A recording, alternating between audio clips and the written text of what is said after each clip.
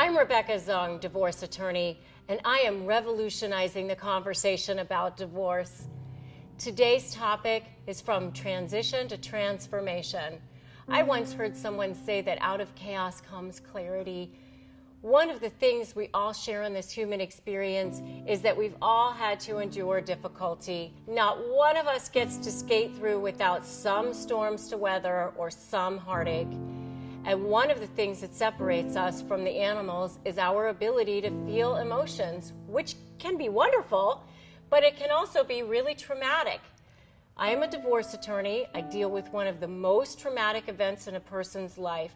Some think that divorce is actually worse than death, because in death, people surround the surviving spouse, bringing them casseroles and flowers, and there's a dignity in death. In divorce, the people often are feeling isolated and alone. Friends don't know which side to choose, and there are no casseroles. There may be support groups, but divorce in our society still means failure. It's still better to be married 50 years in complete and utter misery than the stigma and pain of divorce. While not everyone goes through divorce, also part of the human experience is facing transitions, whether it's going from one school to another, from one job to another, from one relationship to another, or losing a loved one through death or illness. We all have to experience transition. So what if we saw every adverse situation as not something to endure, but as an opportunity? What if I told you that you could be, do, and have everything that you want by simply deciding what your life is going to be? Make a decision that within you, you possess your own redemptive power in knowing that you don't have to be an effect of everything that's ever happened to you. You can be the cause. What do I mean by that? I mean that the person who you think you are sitting there watching me today is not necessarily who you really are. You are a product of every hurt and pain you've ever experienced, and then reacted to it as if it was real and had everything to do with you, when it probably had nothing to do with you. And now you think, I'm shy or I'm tough. But this is not who you made a choice to be. You can make a choice to be a powerful expression of what it means to live in this human experience.